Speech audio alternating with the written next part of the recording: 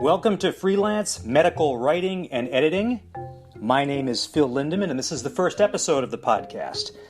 I want to start out by telling you a little bit about myself, because as this is the first episode, many of you who are listening to it know nothing about me.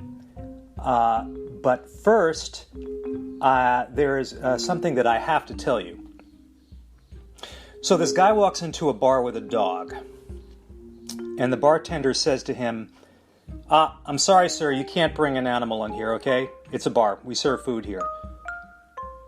And the man thinks quickly and he says, it's a seeing eye dog. And the bartender immediately becomes white in the face with embarrassment. And he apologizes profusely. And he gives the man a free beer. And the man takes his beer and he goes and he sits by the door with his dog. And then another man with a dog walks in. And the first guy grabs his arm and says, listen, pal, you're going to have to tell the bartender here that this is a seeing eye dog, or he's not going to let you bring it in. Well, sure enough, the bartender says to him, sorry, sir, you can't bring the animal in here. This is a bar. And the man says to the bartender, but it's a seeing eye dog. And the bartender rolls his eyes and he says, listen, pal, you have a chihuahua here, okay? They don't use chihuahuas as seeing eye dogs. And the man goes, what? What? They gave me a seeing eye? They gave me a chihuahua? Of course, I just messed up the signature joke in the first episode here. Let me explain a little bit about this joke. First of all, I said this is the signature joke.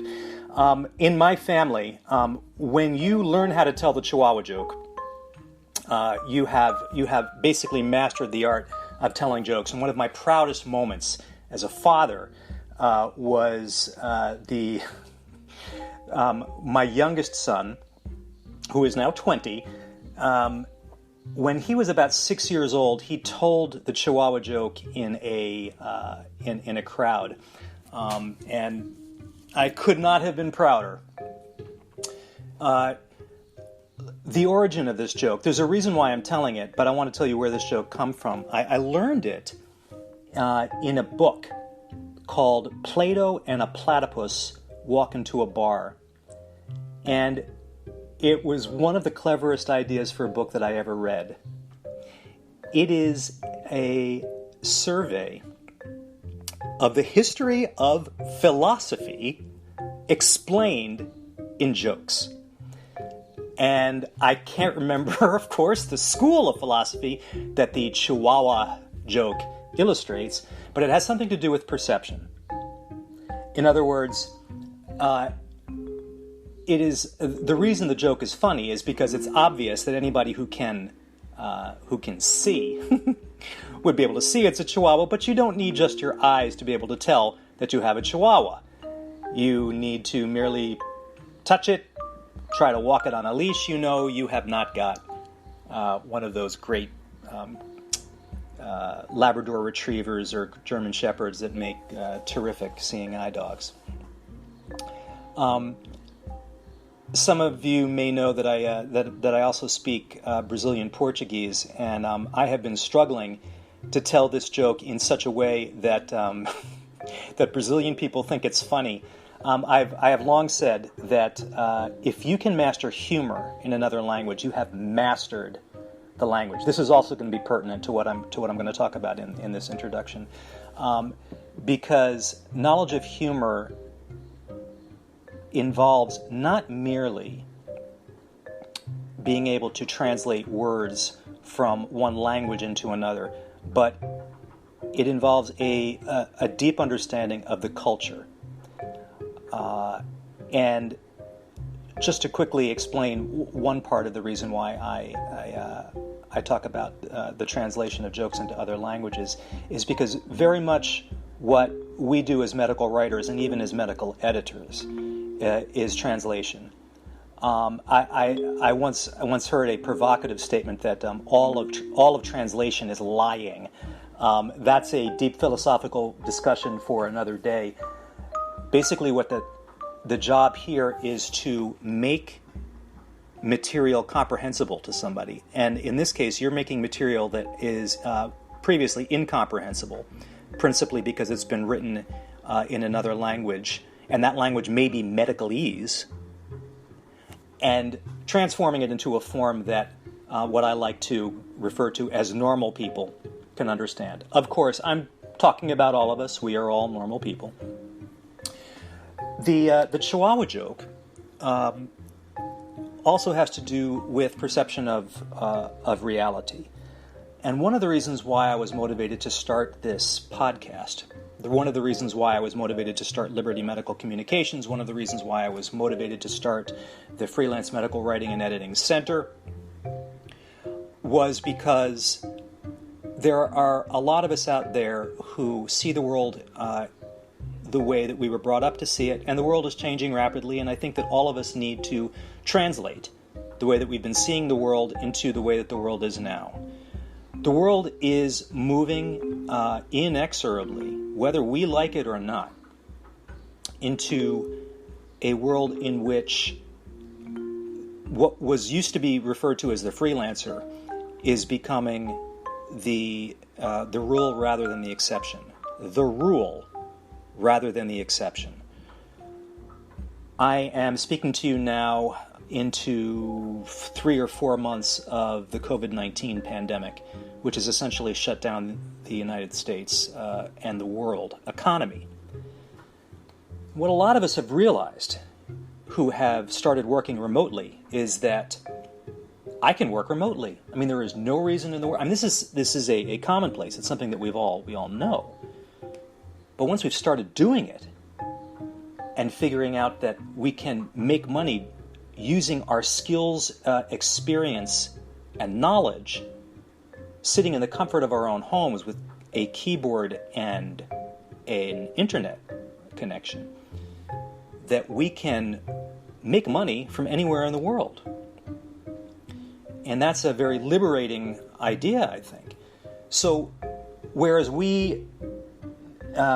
those of us who I think were comfortable with the old way of seeing the world and need to go to an office, you need to work in a place that has bricks and mortar.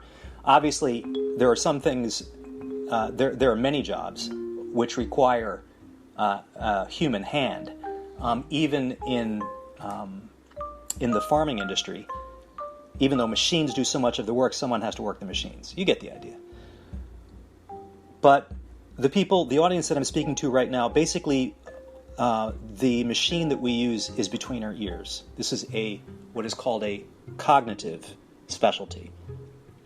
And those of us in the cognitive specialties, including physicians, can do their work remotely. There's been a lot of pushback against this, but the physicians, I think the honest physicians who are listening to this podcast, will tell you that those of us in the cognitive specialties, and I was a pediatrician, which is a cognitive specialty. I did a fair amount, I dare say the bulk of the work that I did over the telephone with mothers and fathers. Similarly, the work of medical writing and medical editing is a cognitive specialty, and it can be done remotely and probably should be done remotely.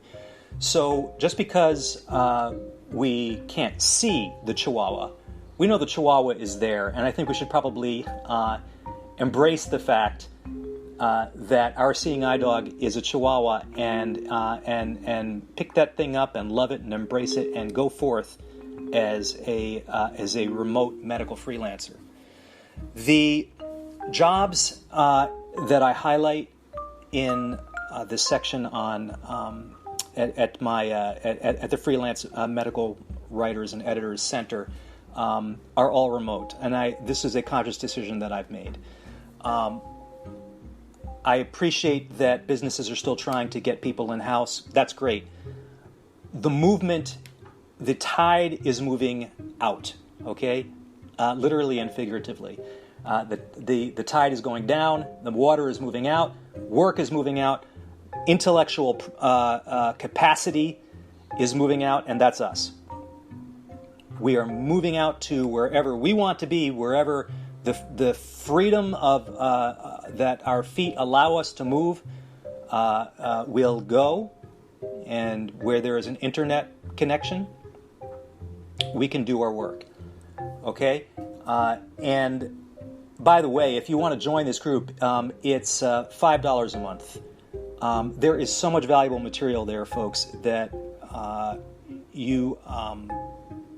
I'm offering it for free for the first month, $0, and you can cancel anytime. But honestly, I'll also lay my cards on the table. One of the reasons for joining this group is that it is an entree to some of the courses that I teach. I want to tell you that I've been doing this for, I've retired from pediatrics. Before that, I was an experimental biologist, and I'll get to that in a second. But I spent 6 years learning this on my own, essentially, and I want to steepen the learning curve for you. It should not have to take you 6 years to get you to the point where I am right now, where I make a six-figure income working from the privacy and the comfort of my own home at my desk. Here, I joke with people that I have a commute of exactly 12 feet. And there are going to be more of us in the future. And I want you to get out ahead of it. There's a lot of competition out there, but that's because there's a lot of opportunity. So, who am I? I am from South Orange, New Jersey. This is where I grew up from birth to age 18. And then when I was 18, I was fortunate enough to get into Yale. And that is going to be a story for another day. And I spent 4 years at Yale.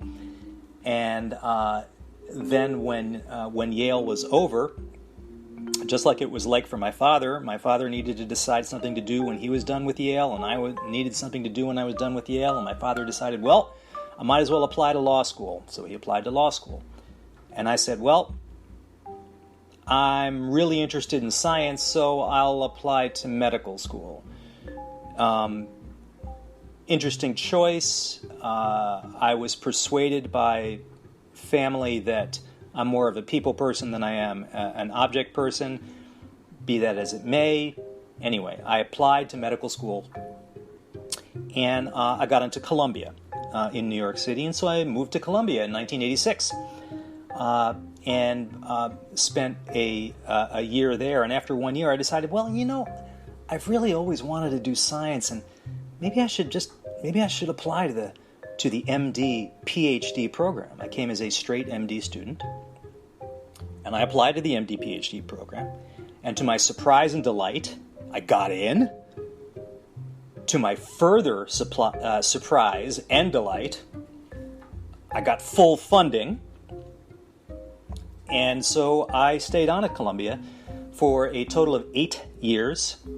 I got my PhD from the Graduate School of Arts and Sciences at Columbia, and then in 1992 went back to the medical school and graduated with an MD in 1994. From there, I moved to Boston, where I live today, to do pediatrics at Boston Children's Hospital. I then went on and did a fellowship in pediatric pulmonology. And so that completed a rather long formation from kindergarten in 1969 to finishing my fellowship in, 1996 or 97.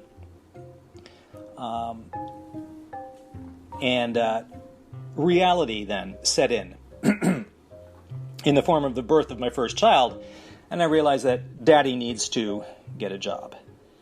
Academic medicine was not going to cut it in Boston, Massachusetts, which many of you may know is one of the most expensive regions of the world to live. There are a few others that are more expensive. There's the Bay Area, although for reasons that are too long and boring to go into, property values in the Bay Area are beginning to dip. There is the Tokyo area, and there is Greater Boston. And I live in Greater Boston. And to live where we wanted to live with the lifestyle that we wanted to lead, Daddy needed to get a job. So I left academia and went into private practice, first for somebody else and then for myself. And then for many reasons, which are the topic of another podcast, I retired. And in my retirement have been enjoying doing what I have always enjoyed doing, which is writing and editing. I want to tell a story about my writing. I think probably I've always been a better writer than I've done almost practically anything else. I was a good doctor. I was a really good doctor, but I on the basis of my unbiased personal opinion, I think I've always been as good a writer. When I was in my first year of graduate school, I decided to start a newsletter. Now, this is in the pre-internet age. There was no such thing as a blog. And I knew I liked baseball, and I could write about baseball, and I had a fun time writing about baseball. So I wrote a newsletter, which I typed up on ledger sheet size paper and stuffed in all my classmates' mailboxes once a week. And I called it the Hot Stove League Weekly. See, lights are growing dim, folks. This is almost 30 years ago. The Hot Stove League refers to people sitting around a hot stove talking about the baseball season when it's wintertime, and they all huddle around a hot stove and they talk baseball. So the Hot Stove League Weekly began to be published the day after the World Series ended, and I kept it going until opening day the following year, and then I did it the subsequent year, and I may have done it a third year. Like I say, the lights are growing dim. The best compliment, one of the best compliments that I ever got in my life, I got from a classmate. And he said to me, "You know, Phil, I really enjoy the Hot Stove League Weekly, and I want to tell you why." He says, "It's not about the baseball. I actually don't really know very much about baseball," he said to me. This guy's name was Cosmo. Interesting story about Cosmo, but I don't want to digress too much. He said, "It's your writing." And I have to tell you, I don't know how many of you know about, I think it's called The Highlander. Here I really should come to the show more prepared. A television show about these immortals who extend their lives by chopping off the heads of other immortals. And when they do this, their sword goes up in the air and they get this lightning bolt, and it just invigorates them with this life force. When Cosmo told me how much he enjoyed my writing, it was like this lightning bolt. It was one of the greatest jolts I've ever gotten in my life. But think about what this guy said. All he said was, "It's your writing, man." And I thought, that was, I mean, it was, I think, the feeling that you get when you fall in love. And I think that people who love writing and enjoy the craft of writing and who are good at it, I think hearing that kind of praise is like almost nothing else. And I think those of you who are writers get it. We're going to get to editing in a second.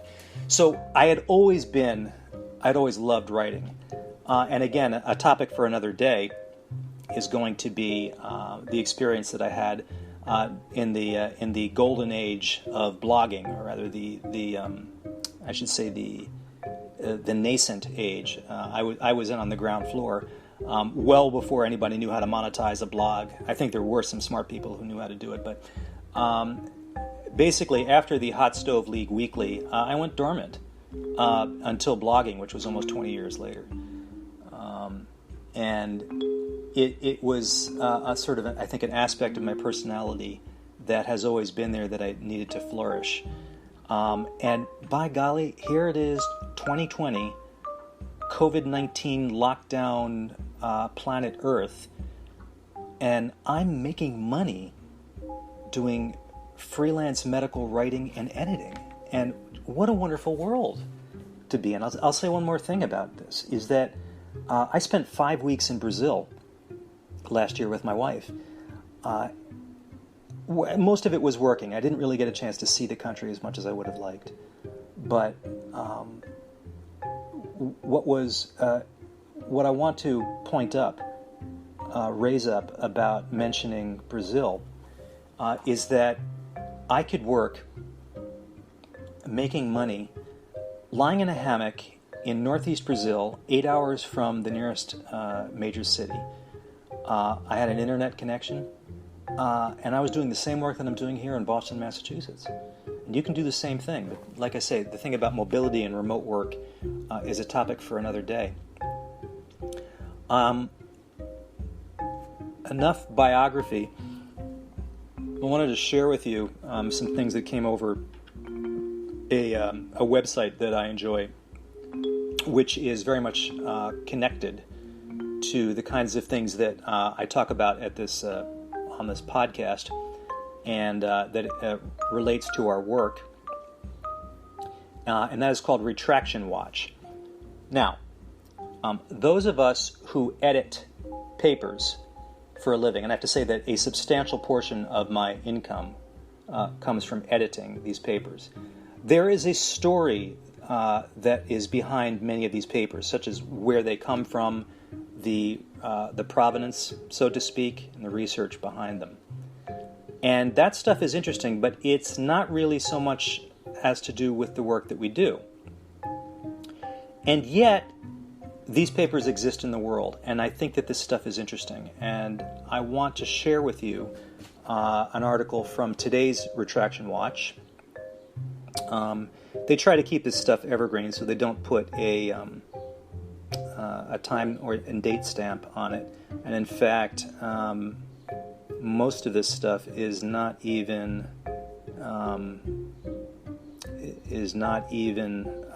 bylined, so I don't know who wrote it.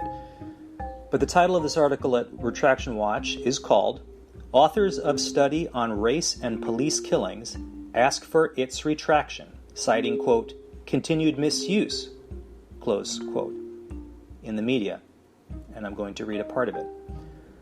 The authors of a controversial paper on race and police shootings say that they are retracting the article, which became a flashpoint in the debate over killings by police, now amid protests following the murder of George Floyd.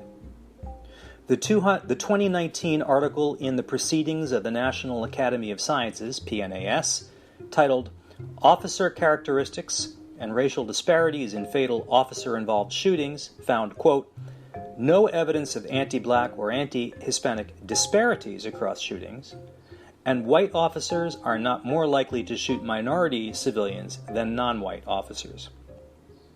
It has been cited 14 times, according to Clarivet Analytics Web of Science, earning it a, quote, "hot paper," close quote, designation.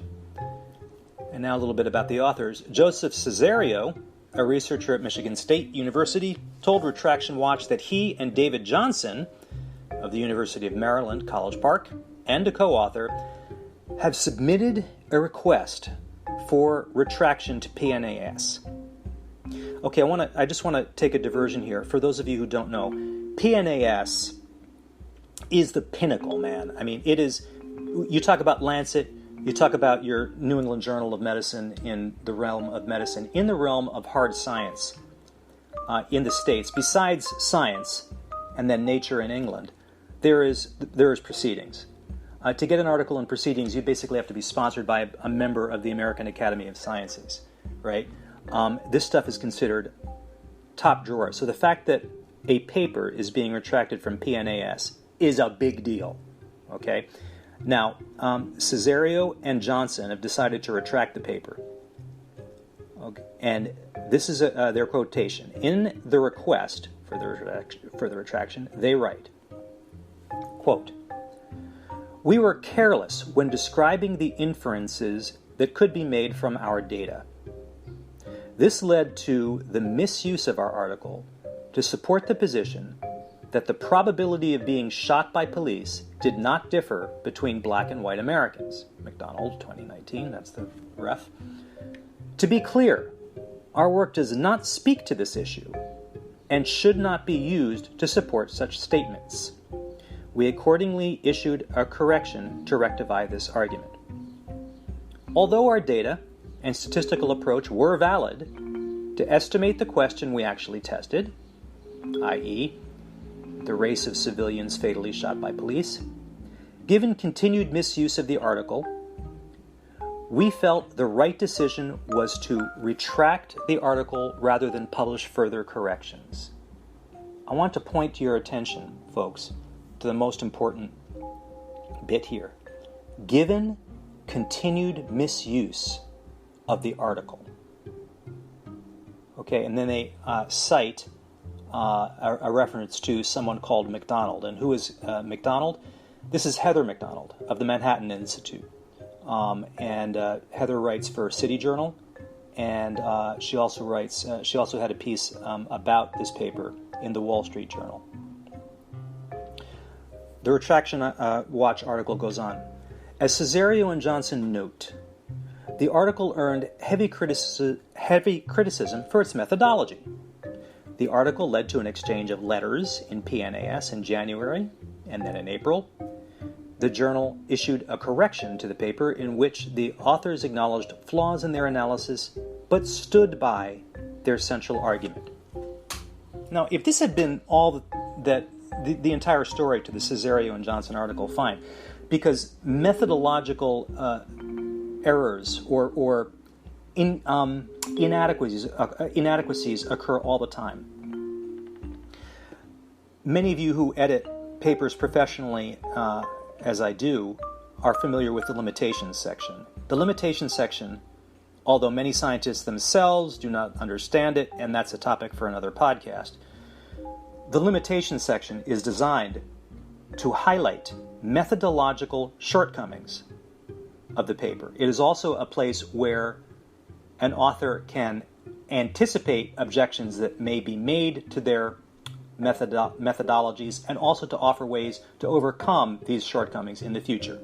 Almost never happens, rarely happens in a limitation section, but be that as it may. It is not unusual for colleagues to take an author to task for methodological inadequacies.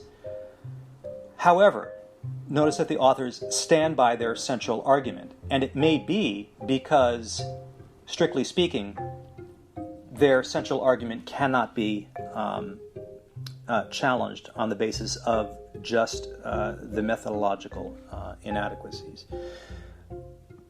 Let's take full steps back from this and understand what's happened here. Cesario and Johnson published an article in which they performed a statistical analysis, which though it may have been flawed, and all statistical analyses are, in some sense, flawed, nevertheless reached valid conclusions.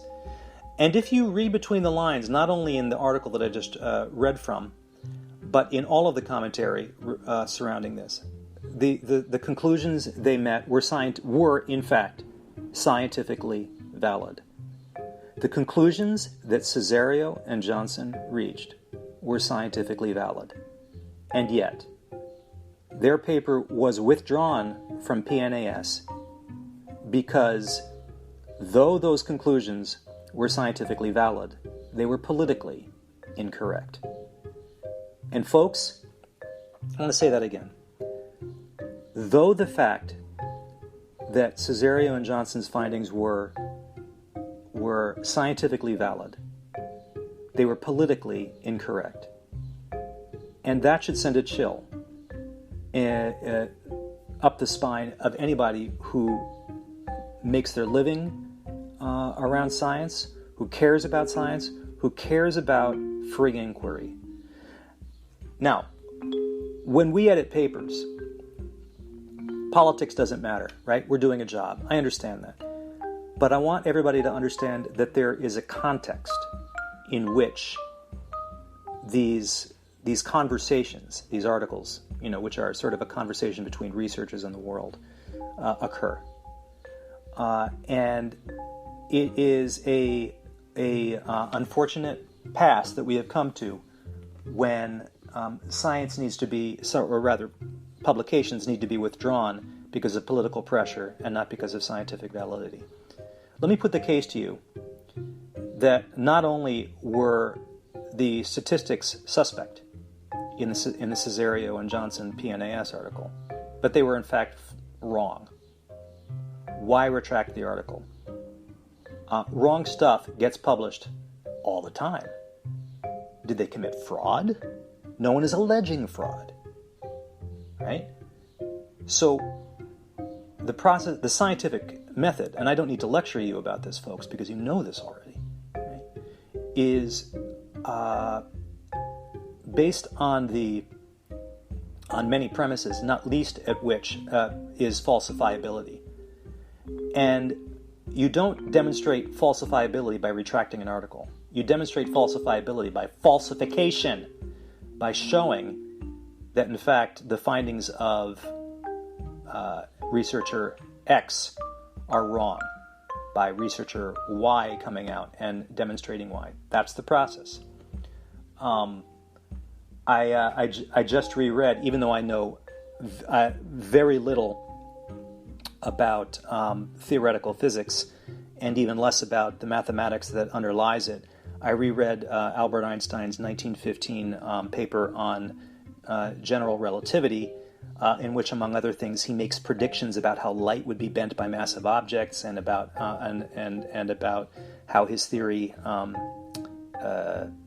predicts, or rather explains, the precession of the elliptical orbit of Mercury. You can go back and look at it if you care about that. The point is that this article itself did not stand in isolation. There was a firestorm of protest. This guy doesn't know what he's talking about. But the thing is that the theory of general relativity could be empirically tested. And in fact, it was tested numerous times and shown to be correct. Mathematics, in a long, not terribly, full of equations, but this guy, Dr. Einstein, mathematically explained how light would bend around massive objects, and provided a complete explanation for the precession of Mercury's orbit. And he was thumped for it, but his article wasn't retracted. It couldn't be challenged because it could be empirically tested. Now, forgive me for comparing Cesario and Johnson. I don't know anything about these guys. I know only what I've read about Albert Einstein. But I know about their data, right? And I think it is a shame that science has come to this point. And I hope that in our spare time that we will stand up firmly athwart this effort to politicize the scientific process and stand up in favor of the scientific method, and try to ensure that stuff like this does not happen anymore. So that's what this podcast is. That's who I am. If you come back, I promise you I will do a much better job telling jokes, because, man, I'm glad if my son is listening to this, he's thinking, I can tell the Chihuahua joke better, and of course he can. Here's what I'd like you to do. If you are not already a member of the Freelance Medical Writing and Editing Center, please go there.